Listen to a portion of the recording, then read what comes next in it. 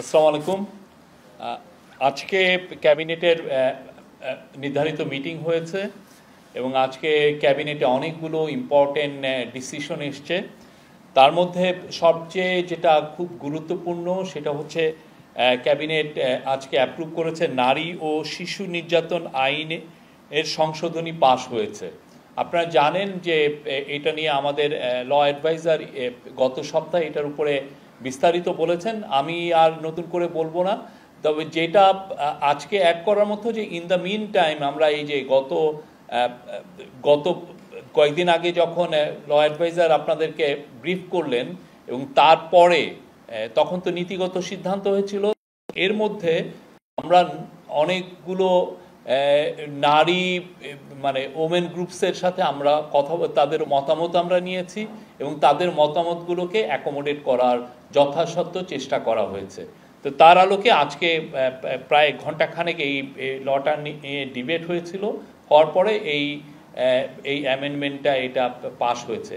তো এটার মূল যেগুলো ছিল সেটা হচ্ছে যে এখানে বলাৎকারের একটা নতুন সংজ্ঞা দেওয়া হয়েছে এবং আপনারা জানেন যে এই মামলাগুলোর জন্য ডিএনএ টেস্ট একটা বড় একটা ডিলে, মামলাগুলো হওয়ার পিছনে ডিএনএ টেস্টের একটা বড় ভূমিকা ছিল।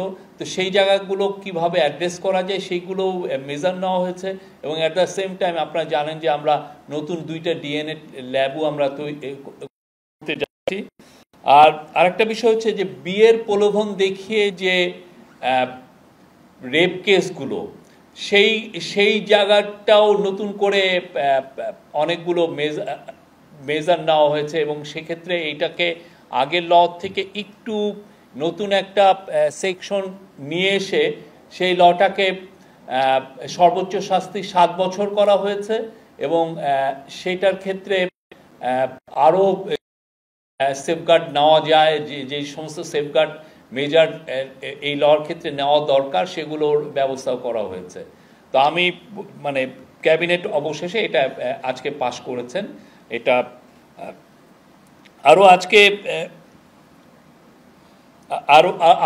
আজকে ছিল প্রকিউরমেন্ট অ্যাক্টের উপরে আজকে একটা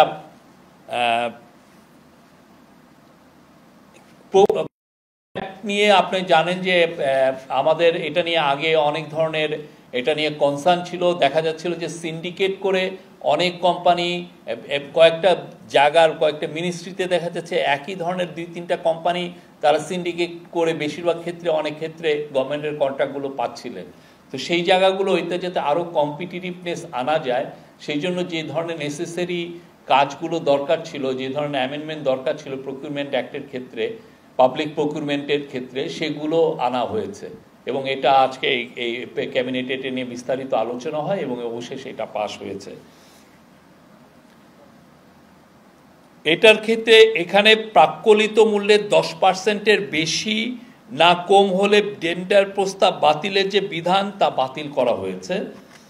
পূর্বের কাজের মূল্যায়নের জন্য যে ম্যাট্রিক্স ছিল, যেটা থাকার ফাইল একই প্রতিষ্ঠান বারবার কাজ পেত, তা বদলে নতুন সক্ষমতা ম্যাট্রিক্স করা হবে।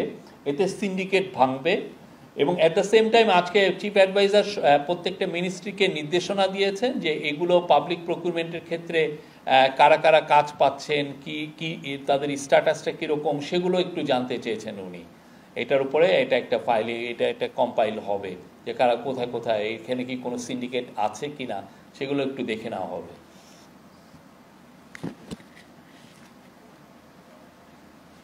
এছাড়া সরকার এখন 65%-এর কাজ দরপত্র হয় অনলাইন, 65%-এর পর্যন্ত সরকারি কাজ অনলাইন মানে টেন্ডারের মাধ্যমে হয়। তো সেটা এখন 100% উন্নীত করা হবে, এটাও আজকে ডিসিশন হয়েছে। আর একটা হচ্ছে 3 নম্বর ছিল পরিত্যক্ত বাড়ি যেগুলো বরাদ্দপ্রাপ্ত তার নিজ নামে নামকরণ করতে পারতেন না। গভর্নমেন্টের অনেকগুলো পরিত্যক্ত বাড়ি যেটা গভর্নমেন্ট বিক্রি করে দিচ্ছে, সেগুলো দেখা যাচ্ছে যে যাদের নামে বরাদ্দ হচ্ছে তারা অনেক ক্ষেত্রে নামকরণ করতে পারতেন না। সেই অসুবিধা দূর করতে আইনে সংশোধনী আনা হয়েছে। জনসাধারণের সুবিধার্থে আমরা অলরেডি জেনেছি যে 3রা এপ্রিল ছুটি ঘোষণা করা হয়েছে। এবং আরও একটা ঐতিহাসিক বিষয় হচ্ছে যে আজ এই চৈত্র সংক্রান্তিতে 3টা পার্বত্য ডিস্ট্রিক্টে ছুটি থাকবে। আমরা তো এমনিতে তো পয়লা বৈশাখে থাকে, বাট 3টা পার্বত্য ডিস্ট্রিক্টে চৈত্র সংক্রান্তিতে এটা ছুটি থাকবে। কারণ আপনারা জানেন আমাদের পার্বত্য চট্টগ্রামে বিজু, বৈশাখী, সাংগ্রাই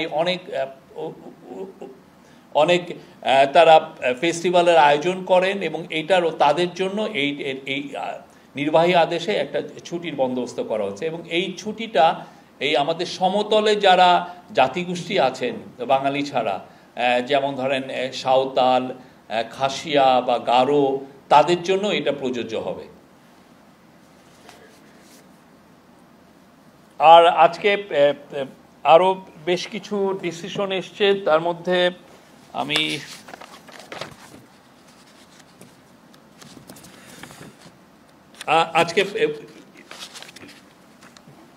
আজকে হোম অ্যাডভাইজার জানিয়েছেন যে তাকে আজকে সকাল 9টার সময় অস্ট্রেলিয়ান হোম মিনিস্টার তাকে ফোন করেছিলেন, টনি বার্গ, এবং উনি জানিয়েছেন যে আজকে এখন থেকে বাংলাদেশিদের জন্য যে ভিসা প্রসেসিং এটা ঢাকা থেকে হবে। এটা আগে নিউ দিল্লিতে নিয়ে যাওয়া হয়েছিল, কিন্তু আপনারা জানেন যে এটা কিছু অসুবিধা তৈরি হচ্ছে। তো সেই জন্য অস্ট্রেলিয়ার তরফে কালকে অ্যাম্বাসাডার জানিয়ে গিয়েছিলেন, আজকে অস্ট্রেলিয়ার হোম মিনিস্টার, আজকে আমাদের home adviser lieutenant general Jahangir Alam Chowdhury তাকে ফোন দিয়েছিলেন। এবং এটা আপনারা জানেন যে গত 31শে অক্টোবর টনি বার্গ বাংলাদেশে এসেছিলেন, তখন তার সাথে চিফ অ্যাডভাইজারের কথা হয়েছিল। চিফ অ্যাডভাইজার এই অনুরোধটা করেছিলেন যে যাতে বাংলাদেশের মানুষরা, বাংলাদেশের ন্যাশনাল যাতে ঢাকা থেকেই ভিসা প্রসেসিং করতে পারে। তো আমরা তাকে এই প্রসেসটা এখন থেকে ঢাকা থেকে শুরু হবে। এই ছিল আজকে মোটামুটি ক্যাবিনেটের মূল ডিসিশনগুলো। আপনারা প্রশ্ন করতে পারেন।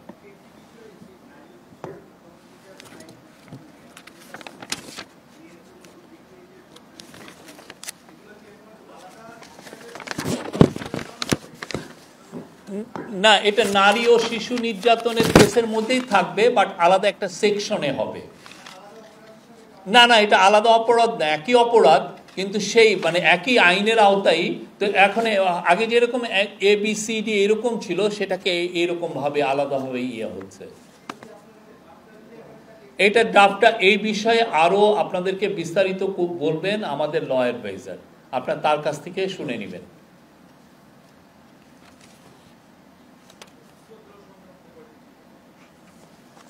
একদিনের ছুটি।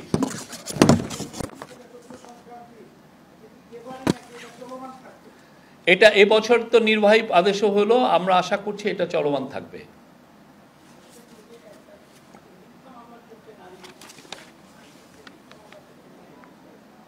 সে বিষয়ে আরো বিস্তারিত আমাদের ল অ্যাডভাইজার আপনাদেরকে এটা নিয়ে বলবেন। ঈদের ছুটি তো আমরা তো বললাম যে ঈদের যে যাতায়াতের ফ্যাসিলিটেট করার জন্য, যাতে নির্বিঘ্নে আপনারা বাংলাদেশের মুসলিম জনগোষ্ঠী যাতে নির্বিঘ্নে ঈদ পালন করতে পারেন, সেই জন্য 3রা এপ্রিল এক্সট্রা নির্বাহী আদেশে ছুটি ঘোষণা করা। আর আজকে ক্যাবিনেটে জানানো হয় যে প্রায় 1,72,000 পজিশন খালি আছে, এবং প্রফেসর আমাদের চিফ অ্যাডভাইজার পাবলিক অ্যাডমিনিস্ট্রেশনের যে সেক্রেটারি তাকে বলেছেন যে আরও বিস্তারিত করে জানাতে যে কতটা পোস্ট খালি আছে, এবং সেই ব্যাপারে সামনে কি মেজার নেওয়া যায়, কিভাবে রিক্রুটমেন্ট করা যায় সেটা জানার জন্য উনি এটা তাকে জানিয়েছেন, তাকে বলেছেন।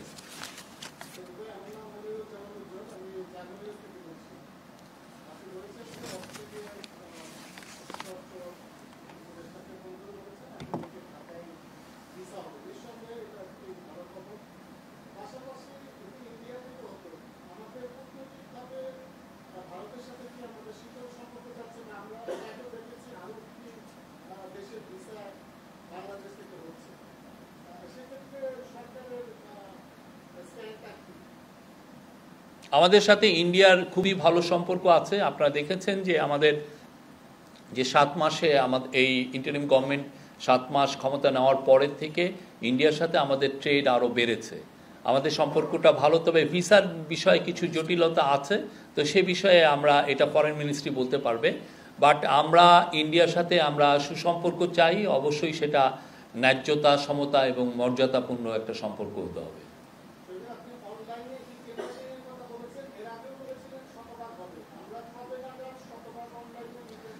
এগুলো তো আপনি আউটরাইট একদিন আমরা আজকে ক্যাবিনেটের ডিসিশন হলো, বাট এটা নিয়ে তো কাজ করতে হয়। এটা অনেক ক্ষেত্রে যেমন দেখা যাচ্ছে যে আপনি উপজেলা লেভেলে ওই যারা এই টেন্ডারগুলো করছেন তাদের অনেক সময় ট্রেনিং থাকে না, তো তাদেরকে খুব দ্রুত যাতে ট্রেনিং দেওয়া হয়, কেননা এটা তো একটা প্রসিডিউরটা আপনার জানতে হবে।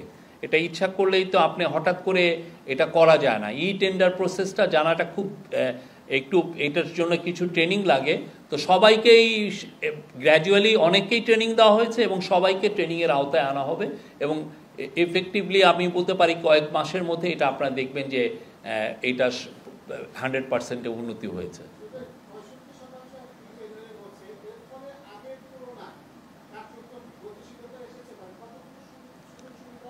টেন্ডারের মূল উদ্দেশ্য হচ্ছে যে যাতে টেন্ডারিং প্রসেসে কোনো ধরনের করাপশনটা না থাকে, এটা হচ্ছে মূল উদ্দেশ্য। তো সেই জায়গাটায় আমরা অ্যাচিভ করতে চাচ্ছি যে যাতে টেন্ডারিং প্রসেসে কোনো ধরনের কোনো মানে অসাধু গ্রুপগুলো যাতে ডোমিনেট না করতে পারে, কোনো ধরনের করাপশন যাতে না হয়, এবং এই জায়গাটায় যতটা স্বচ্ছতা রাখা যায় আমরা সেই স্বচ্ছতা যাতে ইনশিওর হয়, যেন টোটাল ট্রান্সপারেন্সি থাকে। আর এটা জানেন যে আমাদের সাথে যারা ডেভেলপমেন্ট পার্টনার তারাও এটা অনেক বছর ধরে তো এই আমাদের পার্টনার এগুলো বিষয়ে বলছিলেন, তো আমরা তাদের দিকে তাকাচ্ছি না, আমরা আমাদের মতো করে আমরা চাচ্ছি যে এটা যাতে ফুল ট্রান্সপারেন্সি থাকে, যাতে মিনিমামও করাপশন না হয় এবং এই কম্পিটিটিভ আরও অনেক কোম্পানি যাতে এই টেন্ডারিং প্রসেসে জয়েন করতে পারেন। ইয়েস, আমরা আমাদের নারীদের মধ্যে থেকে আমরা প্রশ্ন আশা করছি। না, ওনার আগে একটু বলুক, আপনি আবার বলবেন। নারী সাংবাদিকদের মধ্যে কোনো প্রশ্ন?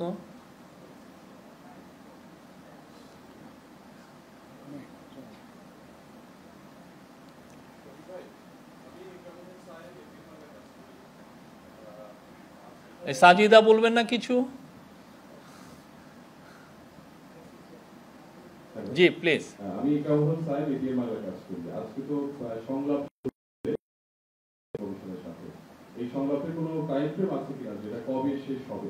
এটা ঐক্যমত্য কমিশন আপনাদেরকে ডিটেলটা বলতে পারবেন। আজকে এটা শুরু হচ্ছে এবং এটা খুবই আমাদের জন্য একটা আনন্দের সংবাদ।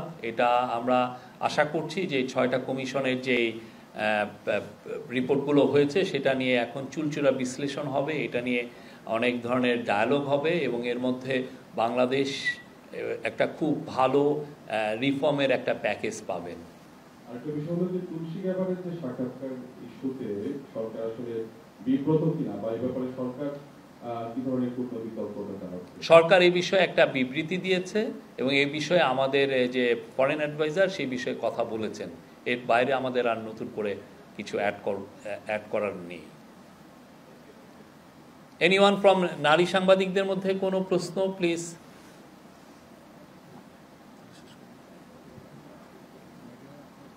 হ্যাঁ, আর একটা বিষয় হচ্ছে আপনি জানেন যে চায়নাতে আমাদের মাননীয় চিফ অ্যাডভাইজার যাচ্ছেন, এটা একটা হিস্টোরিক সফর হবে, আমরা এটা নিয়ে আপনাদেরকে বলেছি। একটা বিষয় হচ্ছে যে চায়না আমাদের এখান থেকে 3টা এগ্রিকালচার পণ্য খুব বড় আকারে ইম্পোর্ট করতে চায়, চাইনিজ অ্যাম্বাসাডার আমাদেরকে জানিয়েছেন। তার মধ্যে আম, কাঁঠাল এবং গোয়াভা, এবং এটা খুবই প্রফেসর ইউনুস এটা এর আগেও তাদেরকে উত্থাপন করেছিলেন। ওয়াংয়ের সাথে ওনার যখন ইউএন জেনারেল অ্যাসেম্বলিতে কথা হয়েছিল এই বিষয়টা উত্থাপন করেছিলেন। পরবর্তীতে চাইনিজ অ্যাম্বাসেডারের সাথেও এই বিষয়টা আলাপ হয়েছিল, উনি বলেছিলেন। এবং চাইনিজ অ্যাম্বাসেডার বলেছেন যে মানে একটু করেই করেছেন, একটু যোগ করেই, যে আমরা এত আম নিব তোমাদের এখান থেকে, তোমাদের এখানে শর্টেজ হয়ে যাবে। হ্যাঁ, তো সেই জন্য আমরা আশা করছি যে চায়নায় আমাদের একটা নতুন এক্সপোর্টের নতুন দিগন্ত উন্মোচিত হবে। তারা বাংলাদেশের আমকে চাইনিজরা পছন্দ করছেন এবং এই বিষয়ে চায়নায় আপনি খুব দ্রুত আপনারা দেখবেন এবং এই সফরের মাধ্যমে এটা আরও আমাদের ওপেন আপ হবে এই মার্কেটটা। এবং তারা চাইনিজরা খুব কাঁঠাল পছন্দ করেন, কাঁঠালটাও খুব বৃহৎ আকারে আমরা এক্সপোর্ট করতে পারবো। আর আমের ক্ষেত্রে যেটা হচ্ছে যে এটার স্যানিটারি ফাইটোস্যানিটারি অনেকগুলো যেগুলো স্ট্যান্ডার্ড মেনটেন করার জন্য FAO আমাদেরকে $4 মিলিয়ন দিচ্ছে। তো সেই অনুযায়ী এগুলো এই ফ্যাসিলিটিগুলো এক্সপোর্টের জন্য কিছু কিছু তো মিনিমাম কিছু স্ট্যান্ডার্ড মেনটেন করতে হয়, সেই মেনটেন করার জন্য FAO আমাদেরকে কারিগরি সহায়তা এবং অন্যান্য সহায়তা দিচ্ছে। তো এর ফলে যেটা হবে যে বাংলাদেশের আম বৃহৎ আকারে চায়নায় যাবে আমরা আশা করছি। আমি মহিদুল হক নিউ এজে কাজ করি। আমার একটা প্রশ্ন ছিল, চায়না প্রসঙ্গ যখন এসেছে যে আমাদের FTA নিয়ে একটা কথাবার্তা চাইনিজ সঙ্গে হচ্ছে না, তো মাননীয় প্রধান উপদেষ্টার এই সফরের সময় FTA নিয়ে কোনো এজেন্ডা আছে কিনা? আপনি জানেন যে এটা খুব শর্ট একটা নোটিশে ভিজিটটা হচ্ছে, তো যেগুলো আলোচনা হবে সেগুলো নিয়ে এখনও আমরা হ্যামার আউট হচ্ছে কি কি বিষয় নিয়ে আলোচনা হবে, সেগুলো এখনও ডিসকাশনের পর্যায়ে আছে। এটা পুরোপুরি যখন কংক্রিট একটা জায়গায় যাবে আমরা আপনাদেরকে জানাবো। জি,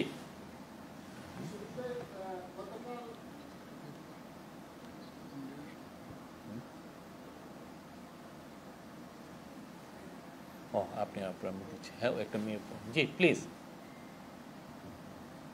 আমার নাম আতিকা রহমান, আমি আরটিভিতে কাজ করি।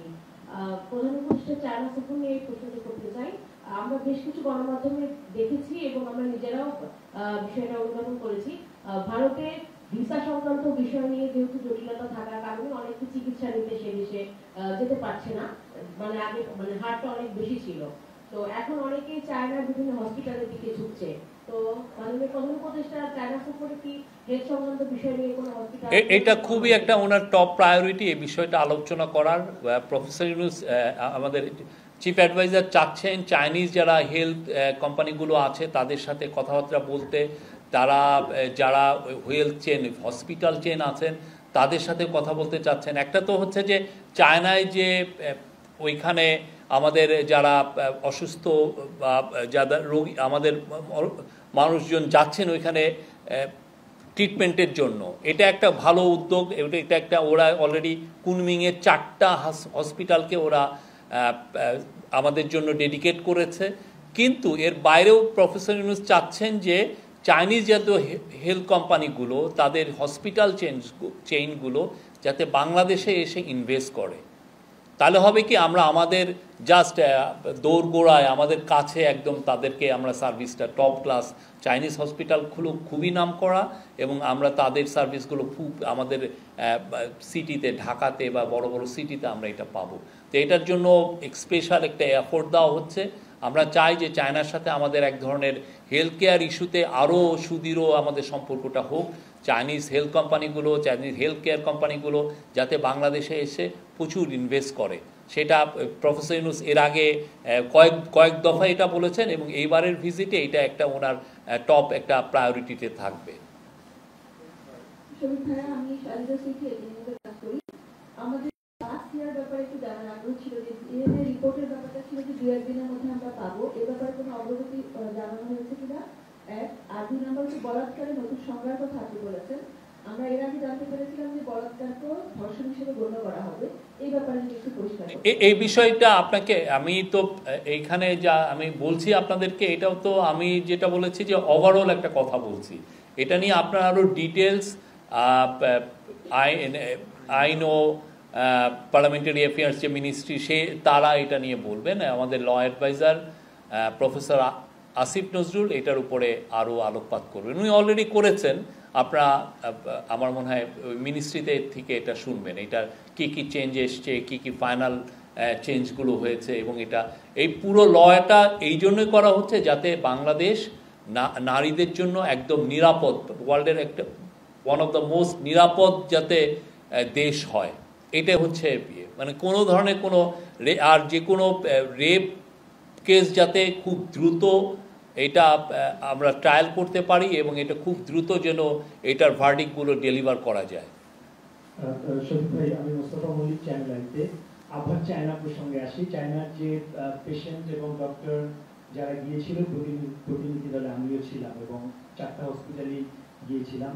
তো সেখানে হাসপাতাল কর্তৃপক্ষ, আপনি একটি ইঙ্গিত দিয়েছেন, হাসপাতাল কর্তৃপক্ষরা ইন্টারভিউ নিয়েছিলাম, তারা বলেছিল যে খুব শীঘ্রই একটা বড় ধরনের প্রজেক্টে বাংলাদেশের সঙ্গে তারা অ্যাড হচ্ছে। সেখানে হচ্ছে যে বাংলাদেশি একটা হসপিটাল হবে যেখানে চায়না করবে, কারণ এবং বিমান ভাড়াটাও অনেক বেশি। তারা বলছে যে পেশেন্ট বাড়লে বিমান ভাড়া কমে যাবে। আর দোভাষীর একটা সমস্যা তারাও বলেছে, এখানে একটা ভাষাগত সমস্যা আছে।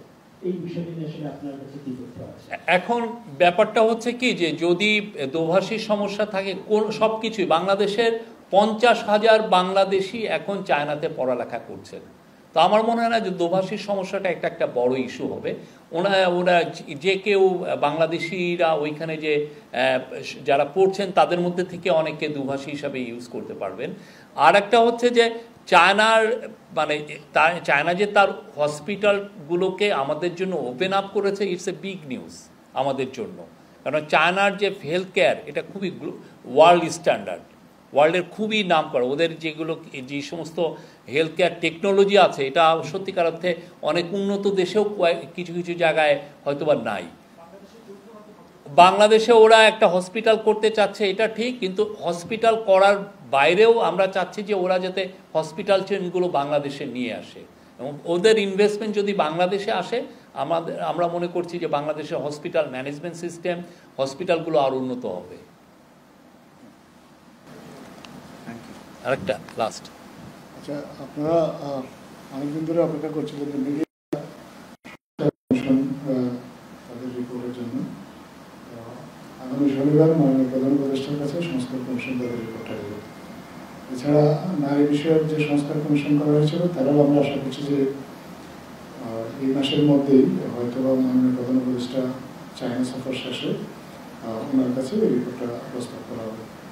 ক্রীড়াঙ্গনে সংস্কারের জন্য এবং যে বিভিন্ন ক্রীড়া ফেডারেশন এটা পরিবর্তন করার জন্য এগুলোতে একটা সার্চ কমিটি গঠন করা হয়েছিল, কিন্তু এই সার্চ কমিটির জন্য কোনো নির্দিষ্ট সময়সীমা ছিল না। আজকে এক চিঠিতে যুব ক্রীড়া মন্ত্রণালয় এই সার্চ কমিটির জন্য 20 এপ্রিল পর্যন্ত সময়সীমা নির্ধারণ করে দিয়েছে। Thank you.